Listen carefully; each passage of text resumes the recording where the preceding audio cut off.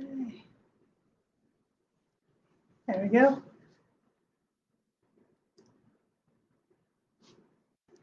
All right. Hello, everybody. Going to give some people a few minutes to come on here.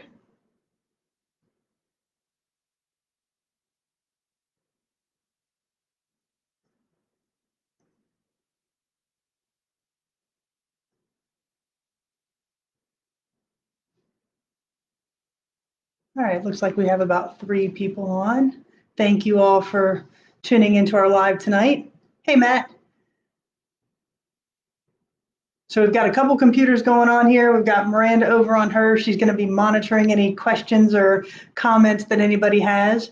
But we just want to come on and say thank you so much for watching our Lizzie Borden house investigation video.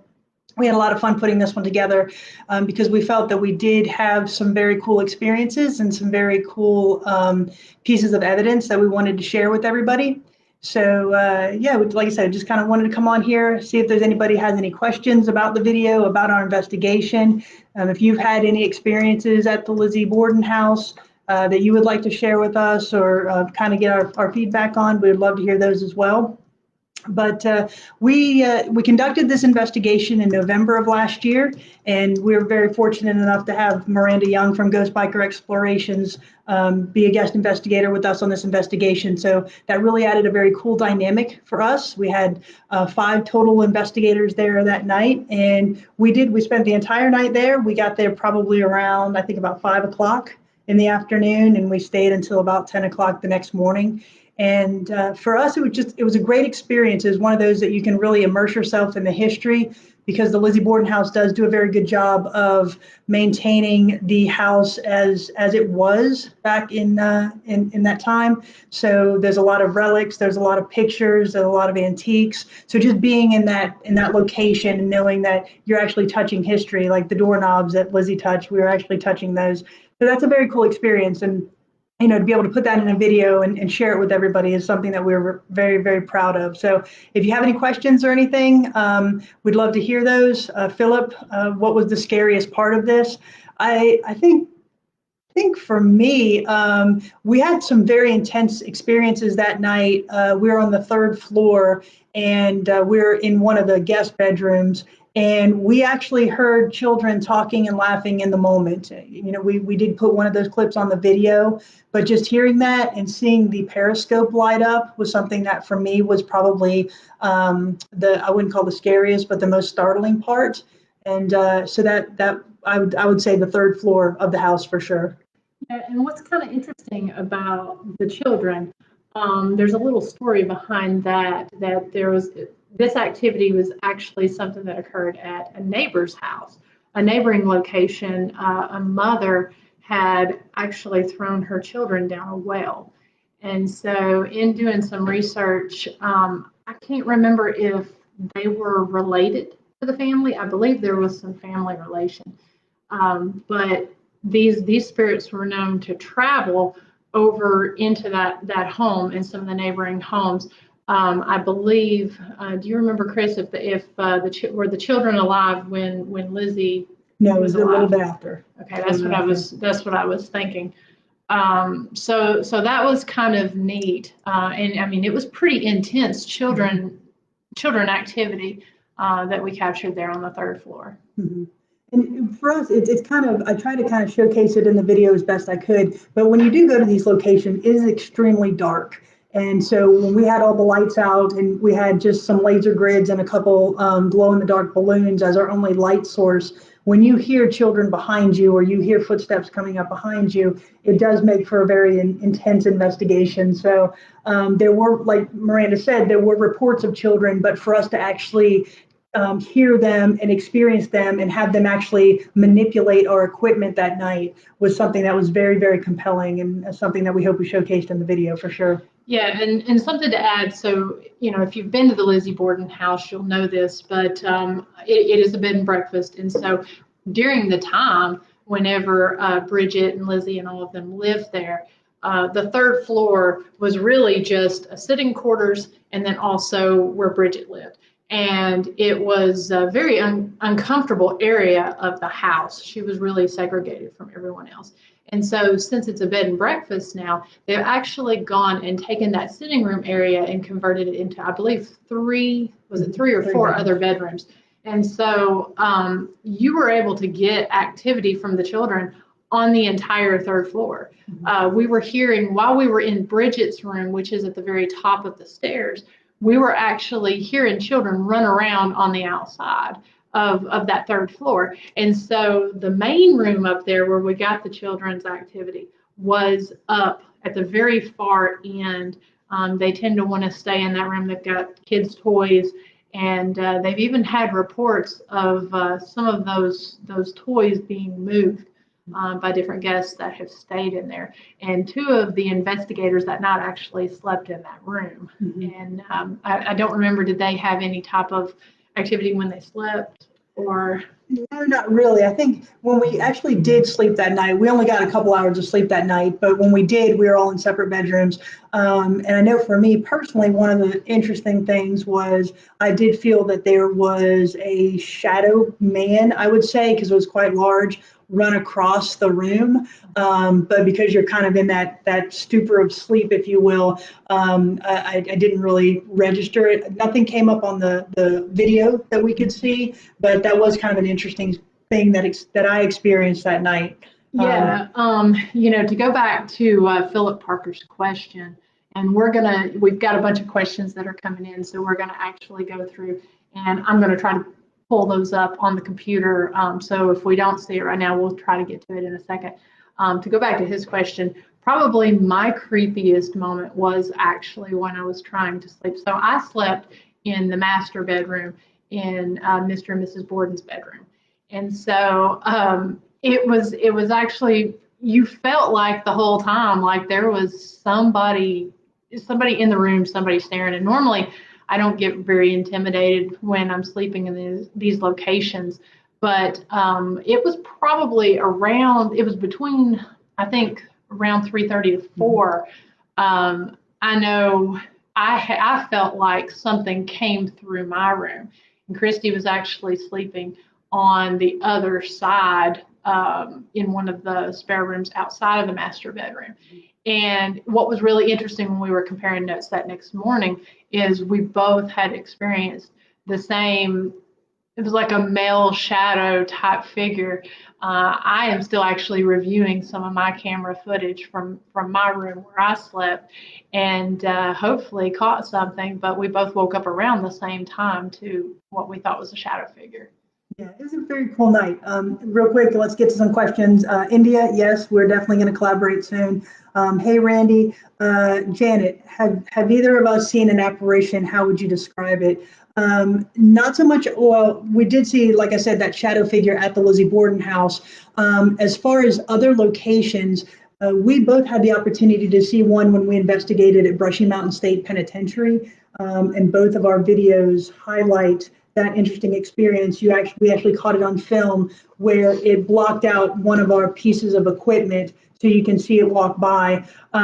For me, the shadow figures or the apparitions that I've seen have all been in the mist-like form or the shadow figure form. I always say that for me, the holy grail of this would be to actually catch an apparition or see an apparition and know who that apparition actually is or represents. So, for example, if I'm looking for Abe Lincoln and I see an apparition that looks like Abe Lincoln, that would be my holy grail. But to answer your question, the apparitions that I've seen have been more of the mist or the shadow figure kind. Yeah, I actually saw my first shadow figure apparition at Brushy Mountain State Prison. It was on a multiple investigation it was multiple nights with a couple different teams. And what was really cool about this is there were 9 different people in the room in the cafeteria there at Brushy Mountain. And we all actually saw it and captured a voice on 3 of the recorders just before we saw it that said, "Watch this," which was really cool. And we did not hear it in the moment, but we saw it after. So we all saw it. For me, and I've only ever heard this described this way by one other person, and that was actually the tour guide at the Lizzie Borden house. But when I first saw it, we actually were doing a flashlight session, and the flashlight was casting a beam across the room. And we actually saw it appeared to be kind of like a little tornado coming up out of the ground. You could see the particles of dust and this spinning. And then the shadow figure, actually, we saw the shadow figure walk across the room, but the really cool part was in the beam of the flashlight, we saw a head and shoulders cast on the floor. So the shadow figure was actually casting its own shadow, which was pretty crazy. And the only other time that I've actually heard it described like that was the tour guide at Brushy. She said that when she saw a specific shadow figure there, at Lizzie Borden, she said that she saw this little black tornado, which was really validating for me. Hey, Brian, thanks for watching. India, yes, children are, for me, I'd say they're probably the spookiest, but also kind of the coolest pieces of evidence that we always catch. Christy, hey, thanks for watching. When we go to these locations, we do use trigger items. For Lizzie Borden, we had a teddy bear and some candy, and we are also using our K2 meters as well as a periscope, which Miranda has. And basically what that does is it measures static electric energy. And so we were using that when we were up in the kids' room, but whenever we're trying to communicate with children, we do typically have some type of toy or toys for them to manipulate. A balloon, a teddy bear, dominoes is kind of what we use. Yeah, and the cool thing about that periscope, that was actually one of my tools that I take on pretty much all my investigations, and honestly never really have a whole lot of luck with. I've only really had a lot of I've only had luck with that at just a couple locations. And to be completely honest, before I went to Lizzie, I thought that it was broke. And so, because I wasn't getting any activity from it. And so that was actually really cool because we actually had some of our best activity there, most direct activity with that periscope. It was very cool. April, yes, I do believe that those last two EVPs on the video were from Andrew, and I do believe that he was watching. I do believe he stays in that room. For us, those two EVPs were extremely compelling because we can validate that nobody else was in the room at that time, and especially there were no males in the house. Philip, yes, we all did stay in the house. Hey, Sandy, love you too.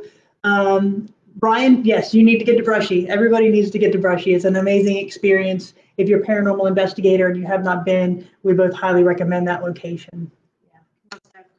Yeah, all right. Hey, Jana, thank you for watching. Philip, does the communication with the entity not creep you out? For me personally, no, it doesn't really creep me out. This is really what we do. We're trying to get in there and actually get that type of evidence, those EVP evidence or apparition. And, we're looking for this. We want to validate these stories. We want to validate the claims that other paranormal investigators have had, that other people have reported. And I feel that that's really our job as paranormal investigators to actually go in there and validate them. So for us, when we get that communication, when we get some type of response from a spirit or an entity, that to me is actually pretty darn exciting. Yeah, I find that when I don't get activity is when I'm the most disappointed. So, if nothing's happening, of course, if it doesn't feel like you're getting activity, that doesn't mean that things aren't happening. I know there was a certain part of the night that I kind of felt like it was a little bit slow, but then going back and reviewing evidence, it seemed like we actually had quite a bit going on.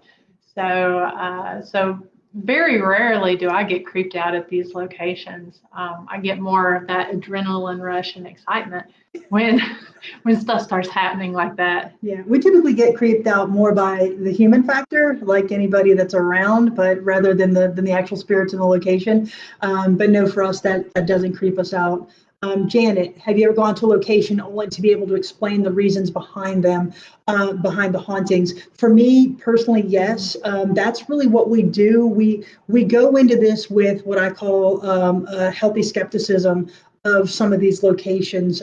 For me and my team personally, we've actually investigated some houses and we've been able to explain the hauntings through physical or environmental factors. For example, we investigated a business one time, and they were convinced that because their night vision cameras were going off throughout the night, that they were haunted. But what we were able to find out was it was actually when a car would turn left onto the road in front of the business, the light was bouncing off a mirror and hitting the night vision camera, which was essentially turning it off and then turning it back on. So for us, we actually do try to go in and try to debunk some of these claims. But also when we go to these locations like Lizzie Borden or like Brushy Mountain State Penitentiary or the old Gilchrist County Jail, we've been very fortunate in finding evidence of the paranormal. And we do that not just by one mechanism. For us, we've been very fortunate in actually having pieces of equipment validate every other piece of equipment to the point where we've been able to say with confidence, this is something that we can't explain. So that for us is kind of what we do. Yeah, absolutely. And I mean, there's so many different experiences that you have at these locations. There's the ones that I would classify as more of a scientific type, which we're able to use to validate the different pieces of equipment we're able to use together, as Christy said, to validate. And then there's also the ones that are personal experiences. And those are a little bit harder to validate just because, I can tell you I'm feeling cold chills or sensing something happening. And unless you're experiencing that, it's kind of hard to pick up on camera. And I know the whole time that I was at the Lizzie Borden house, in certain rooms, there was definitely a male presence that I felt like several times was kind of standing near me on several different occasions, kind of watching and seeing what we're doing. For myself, I never really felt like Lizzie was there. I mean, we just didn't really get any activity validating that, and it just really didn't feel that way. But there was definitely, if I was going to speculate where a lot of the activity there was coming from, I would actually say definitely Andrew Borden as well as the children. I didn't really even feel anything much for myself in the Abby Borden room. But yeah, you could definitely, and those were a little harder to measure if you didn't get an EVP, with a male's voice, that sort of thing. April, did we get any activity in the basement? Honestly, the basement was, to me, to pardon the pun, the dead area of the house. We didn't feel anything in the basement as far as I'm concerned. We didn't get an EVP. We didn't have any cold chills. Nothing for us. It was kind of a benign area, honestly. Yeah, we actually spent a considerable amount of time down there. And, for those of you that haven't been to the basement, or haven't been to the Lizzie Borden house, that's the area where supposedly the cops that were standing watch outside saw Lizzie down there disposing of some items. So don't know if she was disposing her dress or, kind of what was going on. But, we spent a considerable amount of time, both when it was daylight and after it got dark. And it just seemed like a basement to me. Yeah, just a standard run-of-the-mill basement in a haunted house. Hey, Randy, thank you for watching, and we'll definitely shoot you a friend request because I would love to see that picture that you said you got. We actually spent some time in Gettysburg after we came back from the Lizzie Borden house. We actually made a road trip out of it. And so we actually stopped at the Farnsworth Inn in Gettysburg the night after the Lizzie Borden house investigation. And that to us was a pretty cool night as well. We were capturing a couple of things that were interesting and things we couldn't explain that night. So be on the lookout for that. But Gettysburg to us is actually the most amazing place to investigate. And we really welcome the opportunity to get there. So we'll definitely shoot you over a friend request. Yeah, that whole trip actually was just really cool because, the main event was the Lizzie Borden house, and I flew into Philadelphia and met up with Christy from Soul Sisters, and we actually hit Fort Mifflin before. So this entire trip was just bam, bam, bam, haunted locations, and so there wasn't a lot of rest. But yeah, we hit Fort Mifflin and actually got some in the moment, disembodied voices just recorded. I was going through, and it wasn't an actual investigation. We were just doing the daily walkthrough, and had my recorder going. I know that Soul Sisters has investigated Fort Mifflin. I have not yet, and it was a really good investigation for them. And like she said, I've been to Gettysburg several times. I've not investigated, but staying at the Farnsworth, that was really cool. We kind of used that opportunity to sneak in a little investigation while we were staying there. So it was a very cool trip. Yeah, and as Miranda said, we hit Fort Mifflin, we hit Sleepy Hollow. Obviously, we did the Lizzie Borden house, and then we rounded it up by ending it with Gettysburg. So that was the entire experience for us. Was a very cool 4-day investigation weekend that we definitely did enjoy. Hey, Jennifer, thank you for watching all the way from Texas. And to answer your question first, we've not formally investigated Texas yet. My family is actually from Texas, so we're having a family reunion out there about 5 years ago, and we stayed at the Manger Hotel, which is right beside the Alamo. And my sisters and I did a very impromptu investigation of that hotel, and we did capture a picture of a lady in the mirror in one of the vestibules, and so that was pretty exciting. We do have that up on our website, but we do need to get out to Texas to investigate some of the very cool locations that are out there. And real quick, Janet, to answer your question, personally, I have not been out west to investigate. I have done the Alcatraz tour, which is amazing, and I highly recommend that. But we will both be out in New Mexico in October. We'll be investigating in Las Cruces area of New Mexico, and we'll also be having, we'll be both involved in a Paracon there in October. Yeah, I'll be speaking there, doing some investigations in Mountain Air. And I've passed through New Mexico, but I've actually never investigated there. I investigated, it was a small investigation at the Stanley Hotel. So that was very cool. Just being in the presence of all that history was really neat for me. But as far as venturing out west, I'm hoping that this year I'm going to be ticking a few of those places off my bucket list. Yes, we'll be taking some road trips in the October timeframe. So be watching both of our Facebook pages as well as our websites, because we will be updating that. Obviously, COVID has kicked a little things off kilter, but we are kind of getting back on track for the fall season. So again, just be watching our websites, and we'll update every place we're going and when we're going to be there. So hopefully we'll see a lot of y'all out on the road when we're there. Philip, we would love to get to Portland. I've been out there for family trips, but not to investigate. So being out there would be amazing. Love to do that. Yeah, that's actually, there's about 4 states that I've not ever visited, and so and that would be the Washington and Oregon and California area.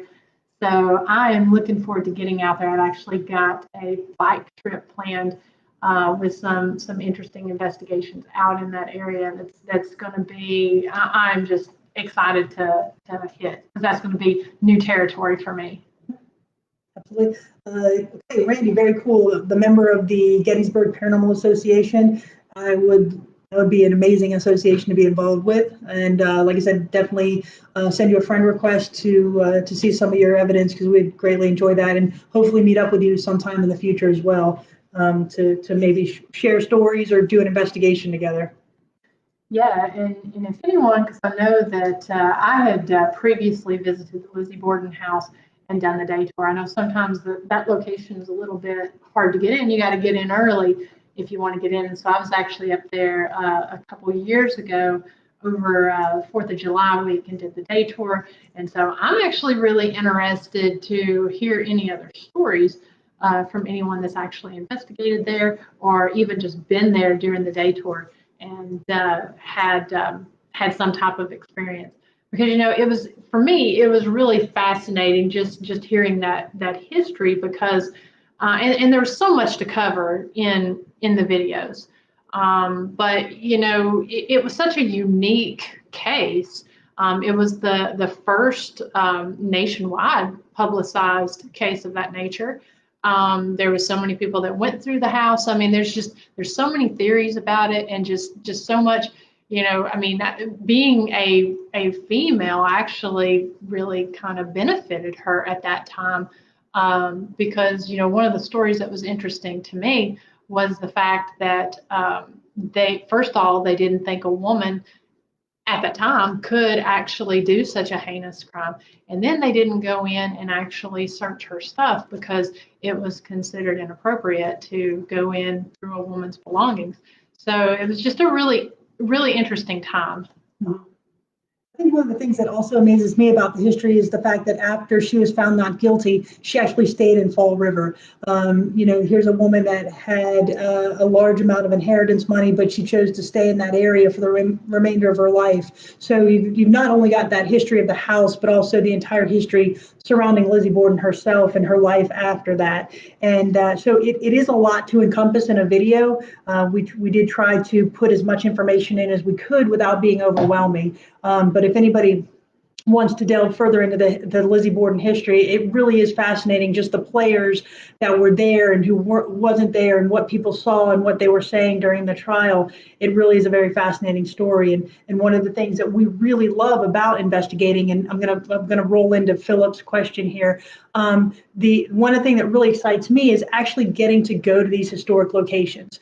For us, not many people can say that they've stayed the night in the Lizzie Borden house or the St. Augustine Lighthouse or the Villisca Axe Murder House or Brushy Mountain. So for us, and for me personally, being able to connect with that history in a very visible and visceral way is one of the most exciting things. And then after that, rolling into what we catch on the paranormal side. When you're listening to 10, 15, 30 hours of audio and you hear that EVP or you hear something unexpected, that to me really excites me and makes me want to keep doing this. Yeah, and I'll just echo that sentiment too as well, because as a kid, my parents were teachers, and they took us when we go on vacation. There was always some kind of president's house or historical house that we would always have to visit when we would go on one of these vacations. And for me, being able to go in there now, really get in, really kind of live that history in a way by spending that time there, and getting to do behind the scenes and everything. That's probably my favorite part, and getting to hear the stories from the tour guides and the different people that stay there on a daily basis and the different things that they experience. That's my favorite. It's just kind of icing on the cake whenever you get the paranormal activity, because you're actually in this location, experiencing the history, and you're actually getting to communicate with it. Mm-hmm. So that's probably the coolest thing for me. Yeah, it really is. Jennifer, how often do y'all allow others to tag along on investigations?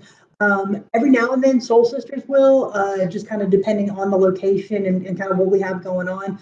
We are working on a couple of things. We kind of hope to have some announcements the beginning of the summer, but again, the world being as it is right now, things have really gotten pushed, but we are working on a couple of things that hopefully will allow us to sign up guest investigators.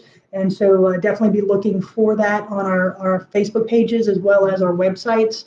And we'll be hoping to share that information with everybody very soon. Yeah, and I know for myself, I've got some events planned that are public hunts, and most of the time I investigate by myself because I'm filming, and so either that or I'll sometimes have guests on the show. But there are definitely some public events that I have coming up. Mm-hmm. And we encourage everybody again to check out our websites and to share all this information with family and friends, because we would like to meet y'all when we go out on the road, when we go to these conventions, when we go to these different locations. It really would be nice to connect with everybody, to put a face with the Facebook profile, because it really is, the reason why we really put these out there is to interact with everybody that is in our audience and is in our fan base. So thank you very much for continuing to watch us and support us and sharing our work, because we really are having a blast doing this. Yeah, and that's just one of the things, I want to put out there. We both make videos, and there are a lot of investigators that are out there investigating these locations, putting videos out, and what a lot of people don't realize is just how much work goes into all these different videos, for an investigation with, doing your research when you go to the place, to actually sitting down and having to review, because we've got multiple cameras running and also, multiple recorders. For myself, being a solo investigator, it's just, if you investigate for 6 hours and you've got 5 cameras going and 4 recorders, you do the math on that. It takes days to go over all that and then putting the videos together. I know Soul Sisters, the same thing. They've got a lot of equipment that they have to go through. So it's really important, if you enjoy the videos that you're watching, to give it a like and give it a share. Help spread the word out there, because again, people don't always realize just how much time goes into this, and just how much, like I said, it's not just the investigation.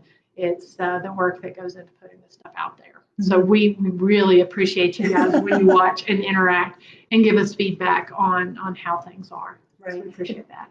And just to follow up on that, we do get the question a lot of how do we make money off this? And the answer is we don't. This is all self-funded. We all do this, because we really love doing this, and we love putting together these videos and sharing it with you that love to watch it. So again, to echo Miranda, those likes, those shares, those loves, we really appreciate it, and that's why we do this.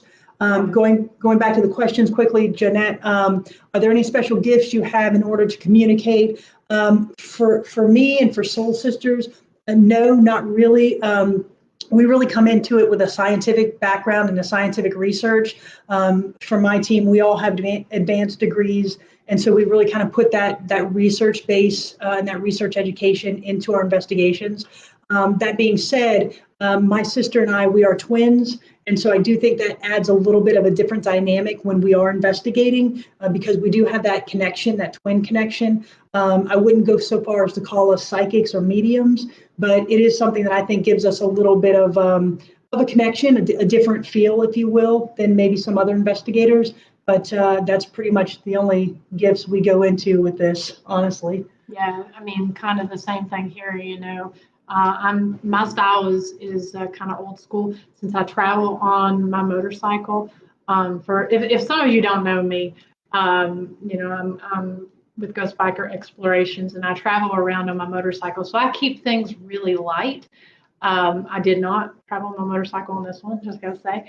But I keep it light. I spend a lot of time going in and listening. I do have sometimes where I will sometimes sense things, and I'm an artist, so I will draw what I see, and have actually been able to match a couple of those up, which has been pretty cool. But as far as any kind of gift and that sort of thing, no, it's just really just kind of going in, feeling where the house says I should go to start my investigation, and really just a lot of questions and a lot of listening. Absolutely.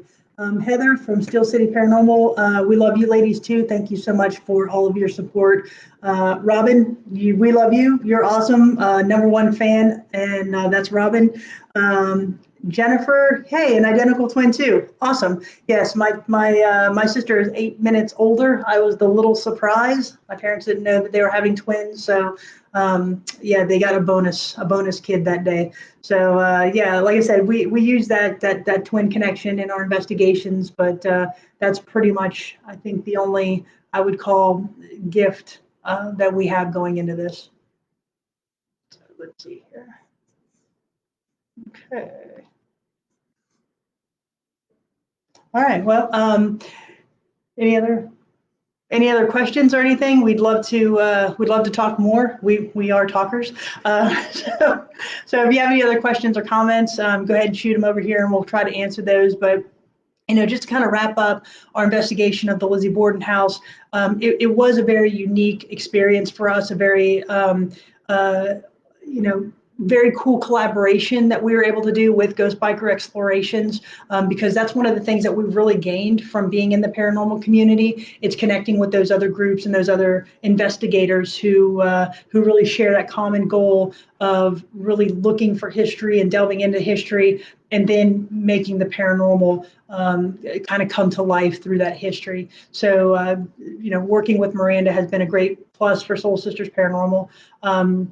We do have, both of us have different investigations that are coming up this year. And, again, we really support all those likes and those shares of our videos. So be watching out for some of those. And let's see. There was one up here. I just kind of want to hit on what Janet said, because she was asking about, special gifts and such, and she was talking about a lot of EVPs people share I don't hear or understand, so I didn't know if you had to be special. No. One of the, there are a lot of investigators out there who do have, they're clairvoyant, clairaudient, they have, special gifts. For me, it's not about that. It's about the history. It's about the house. It's basically listening and trying to capture, to tell the spirit that's there, tell their story. And yes, there are times, that people will put stuff out there and it's kind of hard to hear. There's several different kinds of EVPs. There's the kind that you hear in the moment, which, are disembodied voices. Sometimes I know one investigation that I recently did, it was so loud, I literally jumped out of my skin. And I was able to catch that on not only my camera, but also on my recorder, and I think even the recorder down the hall, but because it was so loud. So those would be disembodied voices. There's others that, we don't hear until, we go back and review evidence. A lot of the time, I just use a simple Sony dictation recorder that I carry on me, and then I will drop different ones in different locations if the location is large enough. And one of the things that I really like to do is I will use headphones whenever I'm investigating, especially when I'm doing an EVP session, because you can hear what the recorder hears in real time. I'm not really when I'm on an investigation, I know there are some investigator styles that will sit and they will review evidence while they're in the moment or while they're at the location. I don't have time for that. So, if I hear it, when I hear it, that's great. And it really helps because then you can ask, more specific questions. But there are those two types, and sometimes it's just hard to hear, and the interpretation can be different. When you're in the moment, sometimes the story of what's going on, so it's easier to kind of tell what's being heard. A specific example of that was at that same location. It was my first investigation back after the world had come out of quarantine.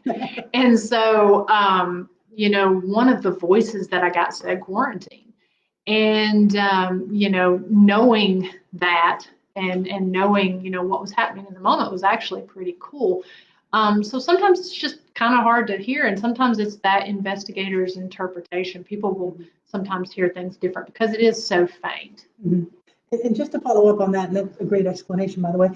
Just to follow up on that, when you kind of watch our videos, most of the times I will say, we believe they're saying, or we believe we heard this, because as Miranda said, sometimes it is up to interpretation, and we don't always hear those EVPs in the moment.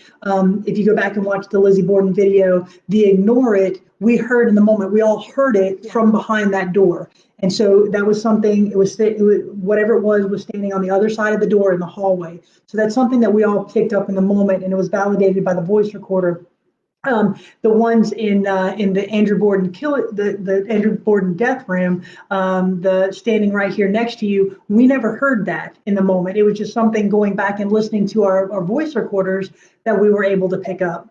So those types of EVPs, again, they are open to interpretation. You know, I may hear it, and Miranda may hear something a little bit different. And we've had that discussion. Absolutely. When we do a collaboration, we will actually, when we catch different things, and I've been fortunate enough to work on several different collaborations with Dr. Sumner, but we, we'll go back and forth sometimes with, okay, I heard this, what do you hear? And, we've heard different things before. I know on my videos, because I am investigating alone, if I can't tell what it says, then I'll put nondescript or whatever, just put where I hear a voice, and you'll see the situation going on, and I will leave that up for interpretation. So we do debate back and forth, on what we're hearing, and even to really rule things out too, because things just sound different in the moment sometimes, and things sound different on the recorders. So a shuffle or clearing your throat and stuff can sound different. So it's always good to I would rather verify that with somebody than put it out there. Absolutely. And we do, to follow up on that with Miranda, Soul Sisters as a team, if we catch what one of us believes is an EVP, we will share that with the group first and say, what are y'all hearing here, and try to come up with a consensus. And, to Miranda's point, we are always constantly validating where we are during that investigation. So, my team wears body cameras, so I have a timestamp of where every investigator is.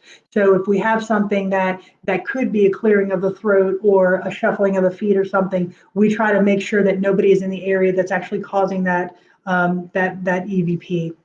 So for us, it is something that we do take very seriously, because we don't want to put out anything that we feel is false or misleading. But what we do put out are those things that in the moment we cannot explain. I don't have an answer for those EVPs, like the from the Lizzie Borden video, the standing right here next to you. I don't have an explanation for that. So that's why we put it out as something that's unexplained by us.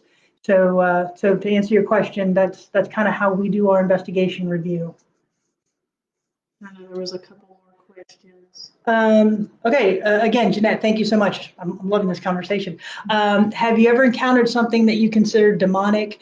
For us personally, I know for Soul Sisters, we've had things that we would consider negative, not so much demonic, because for us, we really don't try to seek that out, if you will. And if we were to encounter something that we would consider demonic, we would actually just kind of leave that space and investigate somewhere else in the location, like leave the room, but not the building, obviously, and just kind of leave that alone, because that's not really what we're looking for. But you? Well, this one. I'm the same way. I don't go actively seeking out negative activity. I love the historical activity, but it's like they say, you go looking for something, you just never know what you're going to find, and you shouldn't be surprised when you do find something. I actually had a very big case that spanned for over a year. And you can see that on my season 1 and season 2 on Ghost Biker Explorations. But there was a house. I was actually there investigating for me, I hit a lot of the smaller, lesser known, non-commercial locations. I always say that, every town has that story.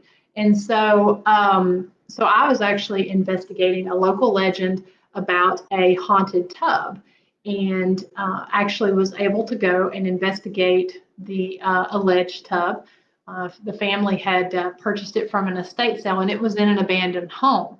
Not to get into all of that, but I was getting so much activity from the home that when I did the investigation there, actually ended up calling in another investigator to kind of help validate what I was experiencing. And it turned into a year-long case full of a couple episodes, and also ended up having to call in a demonologist. I don't clear or clean houses, and I don't, I don't cross anyone over. That's not what I do. That's not my place. But the homeowner, because we were getting so much activity there were 5 spirits there, and I am not very quick to label something demonic. I've encountered negative and I've encountered aggressive. This one was clearly demonic. It had actually gotten pretty dangerous for all that were involved with this. And so the homeowner wanted to, the house was abandoned, been abandoned for about 12 years, and she was wanting to rent the home out. And so she, through the course of this case, she wanted to see if I could cleanse the house. I ended up calling in a trained demonologist, and we were very fortunate to be able to film the actual home liberation. And so when I talk about it, weird things always happen because it was such an extensive case. And so you can watch this on my season 1 and season 2, and it's pretty interesting to watch through the progression of things. And that's probably been the most intense and the most active location. The demonologist, and I'll actually be speaking with this demonologist out in New Mexico at the Paracon in Las Cruces. We're going to be talking about the entire case. But the demonologist himself actually said that was one of the most active, aggressive homes that he had ever encountered, because we had to go through the minor rite of exorcism multiple times, and it ended up being a 10-hour home liberation that was unlike anything I've ever experienced before. And the cool thing about it, the family that's renting the home, they have no activity. And you could walk into this house. What's crazy about it is you could walk into it, and a lot of the time, if you have a camera on, things just go quiet. This house, you go in, if you ignore it, it's like it wants attention. So to go from that to nothing, for me, it was just amazing. It's a very cool episode. I encourage everybody to watch it if you haven't watched it. A couple more questions. Jennifer, I'm originally from Florida. My team, and to kind of go into your next question, what got us into investigations, my twin and I, as well as our younger sister, and then 2 family friends, we started investigating in 2014. And ironically enough, it started as a girls' weekend. We wanted something a little bit different to do, so we decided to investigate at the Moundsville Penitentiary in West Virginia. Our grandpa was a prison guard there, so we got an invite from a family friend who sits on the board to go in and investigate that location. So we did. That was our very first investigation, and we were hooked after that. So we started Soul Sisters Paranormal and really formed the group, and we've been investigating ever since 2014. So the 3 of us are from Florida, and then we have one from Virginia and another one from Florida as well. Yeah, and I am from the great state of Tennessee. And I travel all over. I started investigating a little over 10 years ago, and I started with a team. Excuse me. I've always been interested in it ever since I was a kid, but I actually got invited to look at some pictures. My background is in photography, and so the team, I worked with the guy who was one of the founders of the team. And so he approached me about looking at some photography. And that led to going on a couple investigations. And I had a lot of luck during the investigation with activity. So they invited me to join the team.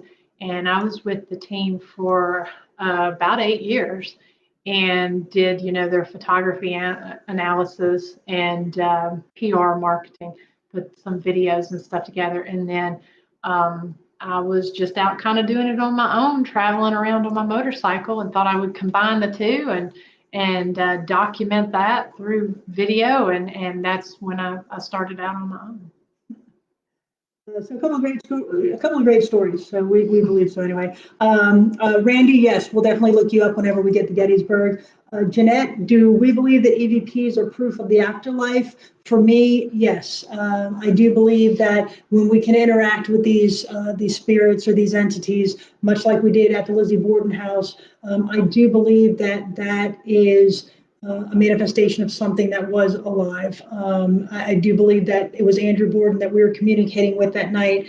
And when we go to these other locations, I do believe that the EVPs that we've picked up there, the intelligent ones that are responding to us, are those that have been in that location. So for example, the EVPs that we got at Brushy Mountain State Penitentiary, I do believe that they are former prisoners or guards that were there that are trying to get their story told.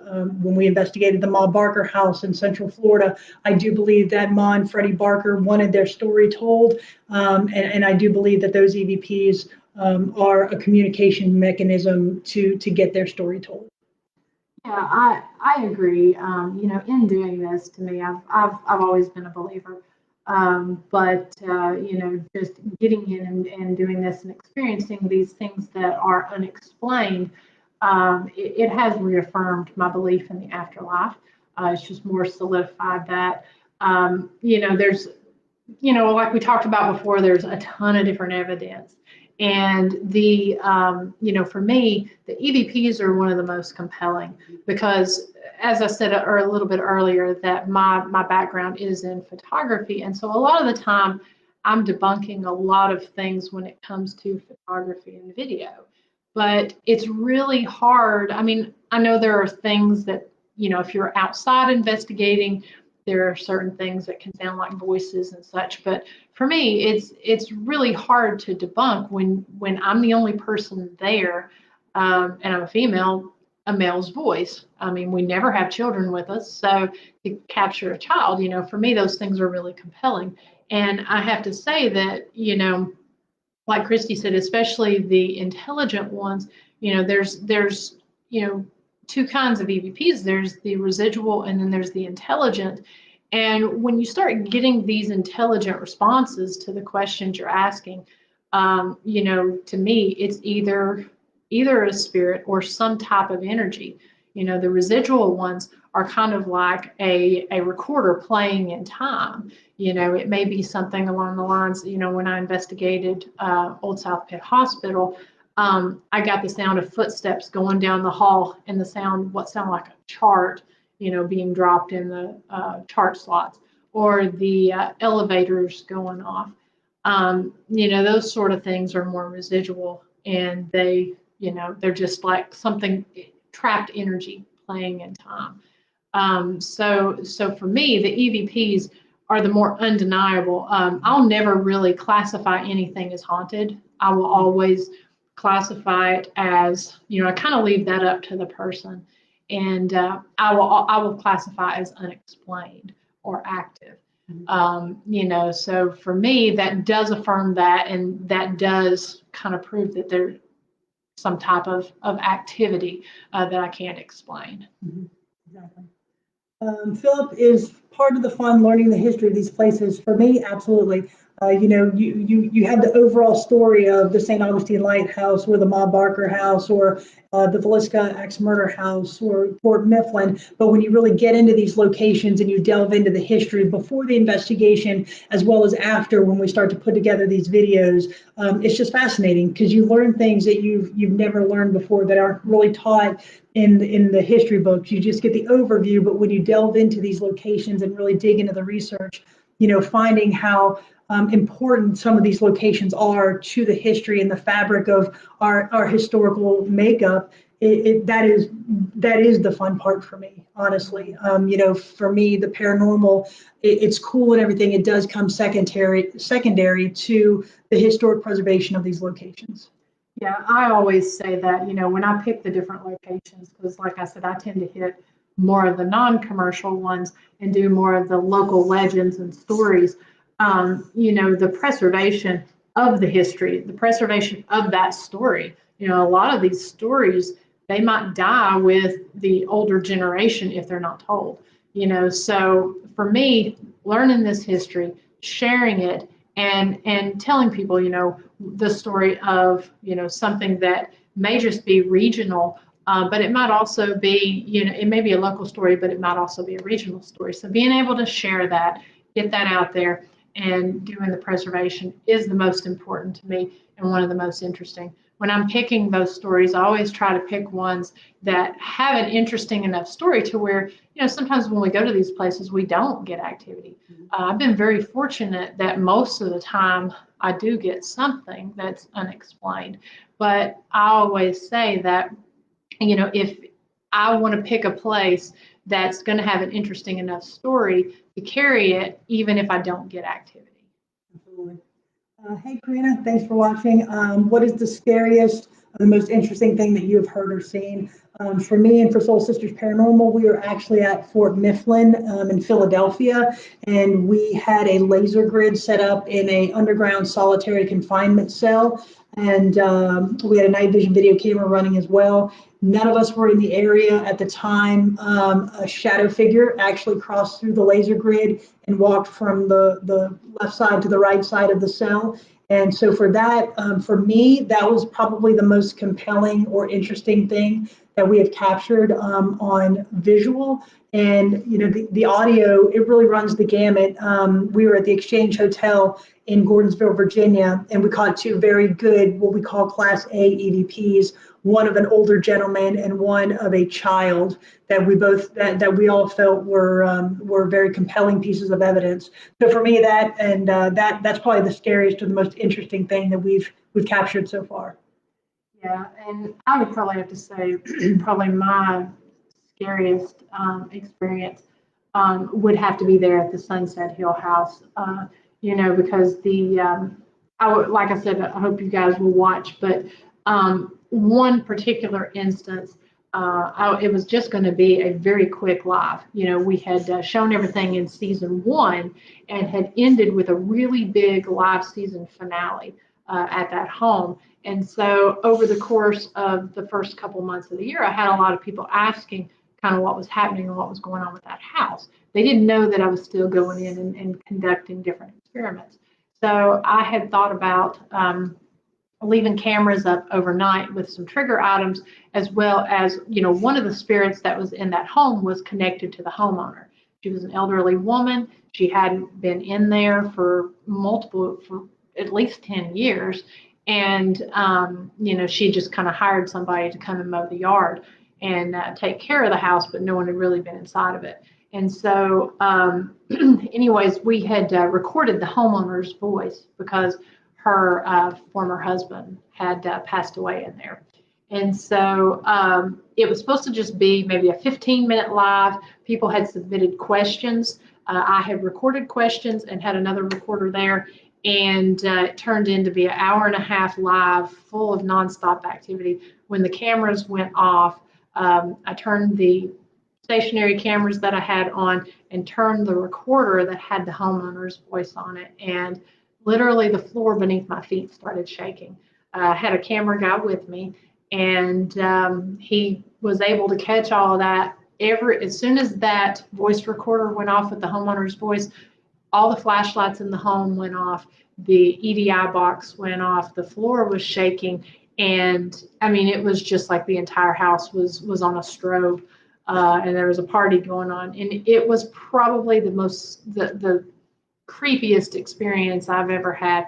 I don't really get creeped out, but when that floor started shaking, I knew it was time to go, and I was honestly nervous about going in the very next day to pick up my equipment. Hey, Deanna, thank you for watching. When did we both know that we wanted to do this, investigating paranormal activity? For me and for my sisters, we've always had a fascination with it, but we really started formally investigating in 2014. Quick math, we're 30, 34, 35 at that point. So that's when we really started investigating formally. Yeah, I've been investigating for a little over 10 years now. So I'd always wanted to do it, but just hadn't really done the actual investigating of it. And so I was right around 30 when I started. Hey, Robert, thanks for watching. I was wondering, in the Lizzie Borden house, would you sleep in Lizzie's bedroom or lay in the couch where Mr. Borden was killed? We all took turns laying on the couch where he was killed, so we absolutely did that. That night, I don't think anybody actually slept in Lizzie's bed. As Miranda said, she slept in the bed that Andrew and Abby shared. I was in the one across the hall there. And then the rest of my team was upstairs in the room where Bridget Sullivan stayed, and as well as where the kids were sleeping. So that's where we were in the Lizzie Borden house. Karen asked, I would like to know if you've ever had an attachment after leaving a place we've investigated. For me personally and for my team, no, we have not. We're very conscious about going in with two things. One, what I call the right intentions, and that would be really going in and having that frame of mind where we're communicating with the spirits and telling them that we want to tell their story rather than looking for anything demonic. And we also say a prayer of protection both before and after we leave an investigation site. So for us personally, we have not had an attachment. Yeah, I had, I'm the same way. I always do the prayer of protection before and after. And truth be known, I'm usually praying during the investigation just because it can become a very bizarre place during an investigation. But so I am always doing that. I have had a couple instances. The first one was the very first time I investigated Hell's Bar Dam. The entity that's in there, one of the entities, is not particularly fond of women. And I did have something, and it really just was kind of, I don't know what it was. It was really just a traveler, I think. It came through, it messed with my dog. I did catch some interesting footage I was having some bizarre things happen, caught some interesting footage on my home security cameras, as well as I set a recorder out and caught a voice that actually personally addressed my dog, which was made me uncomfortable because I don't like anything messing with my animals.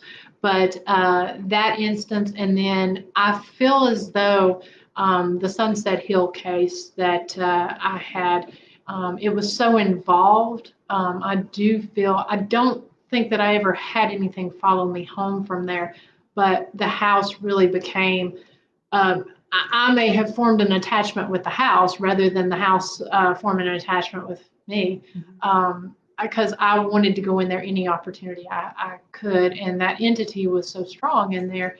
I got my name a lot, and then I started getting a lot of threats when I was there. So those would be the two instances that I've had something kind of negative happen. Hey, Joe, thanks for watching. Have either of you had a spirit or entity follow you or show up in a different location? If that makes sense. I think it does. I've never had one follow me from location to location, but I've gone to different locations multiple times, and I've been able to contact or be in communication with the same spirit the different times I've gone. So for example, we've gone to Brushy Mountain twice, and I do believe we were able to communicate with the spirit known as G there twice. And then I've investigated the Ma Barker house several times in Ocklawaha, Florida. And I do believe that because I've gone back numerous times, I have formed a connection with Ma and Freddie Barker there. So I do feel that when we go in, we connect with them again and they remember who we are. So that's the short answer of that one. Yeah, same here. I have actually communicated with several different spirits in the same location. I have actually visited a couple of locations where some of the spirits are rumored, once you make contact with them, you have it all the time. That did not happen to me. I know when I visited Revenant Acres, there's an entity known as Seven that is said once you make contact with Seven, you get him at different locations. I know some investigators that have. I have not. I even went so far as to went to a similar location and tried to reach out to that specific entity just to run a couple tests, and I never had him follow me. Hey Chris, thank you for watching. Looking forward to seeing you soon. Do y'all ever enhance EVPs with software or just leave them as they are by ear? For me personally, never. We do not manipulate our evidence. The only thing that I will say that we do is I amplify the audio, as you saw in the Lizzie Borden clip. I will decrease the background noise a little bit, like the static. But other than that, our EVPs are never manipulated with software. I'm the same way. I don't enhance my audio. Every now and then, I may just turn the volume up. I believe when I do my videos, I like to really keep the story part polished, but I like to keep the investigation part as raw as possible. I will go in because of what I do with photography. Whenever you won't really see me put a lot of photography out there that I consider to potentially be paranormal, because a lot of the time I've debunked a lot of it that I have. And so I always take multiple shots. I will go in, I will put the original out there, and I will put the piece that I've gone in. I will essentially go in and try to destroy the image so that I can, certain things in the image are going to react a certain way. But that's the only time that I will do that. But I always have the original. I will not ever do that with audio. Absolutely not. Janet, thanks again for your next question. Do people who are not deceased create a residual haunting? If so, can someone encounter their own residual haunting? As kind of Miranda said before, for me, what I think a residual haunting is basically just a blip in time. So essentially a record player that will always be spinning. And when it hits that same blip, you'll get that residual haunting. A lot of that occurs on like the anniversary of the event or the death. And so that's why you have a lot of places that will, really rent those places out on those anniversaries. I don't think that someone can really manipulate a residual haunting if that's the case. I do feel that it's something that's just going to keep playing itself out. What you need to do is actually be able to listen and be willing to listen at that time when that residual haunting happens, if that makes sense. I think that's a great question, actually, because I do believe that people can create their own hauntings. I don't know if I would refer to it as a residual haunting, but I do believe that people can through, and I don't know, it's kind of hard to give a short answer on that. So I'll refrain from the long answer, but I do think that people through, through different stories that are passed along and just different frames of mind when they go into a different location, I do think that people can create their own hauntings. Joe, can we see that former live video? That question's to you. Yes. Oh, are you talking about Sunset Hill House? The Sunset Hill House? Yes, you can. Yes. That live video is up, and the full hour and like 15 minutes or hour and a half is up on my website. And you can see all the different comments and everything. I can kind of go back to one of the questions. I can't remember if it was Janet or Jennifer that asked that. There were people who were seeing things that I believe were clairvoyant. They were experiencing, several people who watched this live started experiencing things in their own home, and they were actually seeing things. Like I said, I don't see things like that. So, but they were seeing different things during the live. You can see that, and then I've also, I believe it is episode 4 of season 2. I actually recap the full year of the investigation at that house. The episode where the demonologist comes in was my season finale for season 2, so it was episode 5 of season 2.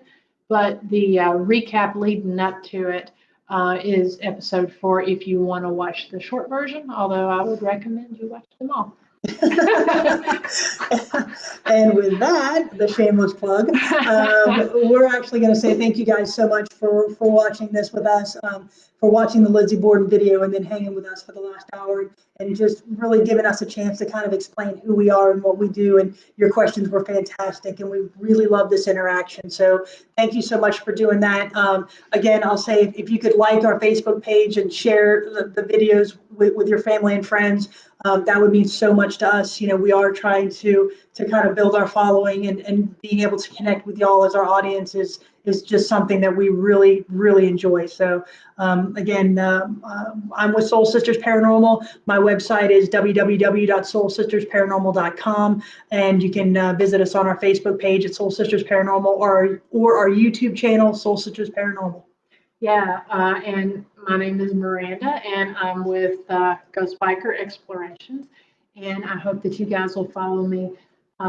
You can follow me on the website at www.ghostbikerexplorations.com, or also I'm the most active on my Facebook page because I was before, the country went crazy, but I try to do a lot of different lives and release videos and such. So I'm the most active there on my Facebook page, which is under Ghost Biker Explorations, and then also on my YouTube channel under the same name. So we'll say goodnight. Again, thank you all so much for hanging with us and for watching our videos. Please give it a like and a thumbs up and share it. And we hope to see you guys out on the road. Please watch our Facebook pages and our websites. We will be updating that with all of our travels, where we're going to be investigating and where we're going to be speaking at Paracons and conventions. And please come out, come to our booth, say hello, because we'd really like to meet all of you in person. So. Yeah, I gotta plug, because speaking of events, I'm actually going to be a part of the Hellsbar Dam Night, which is on July 11th. And if you guys are familiar, that is in Guild, Tennessee. That will be on July 11th from 6 p.m. Central Time to 12 a.m. And then there's going to be a VIP ghost hunt from 12 a.m. to 3 a.m. I think there are a limited, I'm not the one that's organized this, so I don't have all the details, but that there's only going to be a limited amount of VIP tickets that are sold, but there's going to be a ton of great investigators there with booths set up that you can come and talk to and support and find a new team to follow. And then there's going to be several of us speaking. I will be speaking at 9 p.m. Central Time. I know Gateway Paranormal out of Middle Tennessee, as well as Franco TV from YouTube is going to be there as well. So it's going to be a fun night. They're under new ownership, and they've really done a lot to really clean up the dam and create a really cool experience for people. So again, that's July 11th, and I hope you guys will come out and meet me, listen to me speak, and just have a good time, meet some new investigators. Again, we'll both be at Las Cruces Paracon the first week of October, and then Soul Sisters will be releasing some new videos here in the next coming weeks, so please be on the lookout for those. But again, we can't thank you all enough for watching the video with us tonight, as well as hanging with us and asking all your questions and really interacting with us. So it's been a blast. Hope everybody stays safe and have a great evening. Yeah, thank you all so much.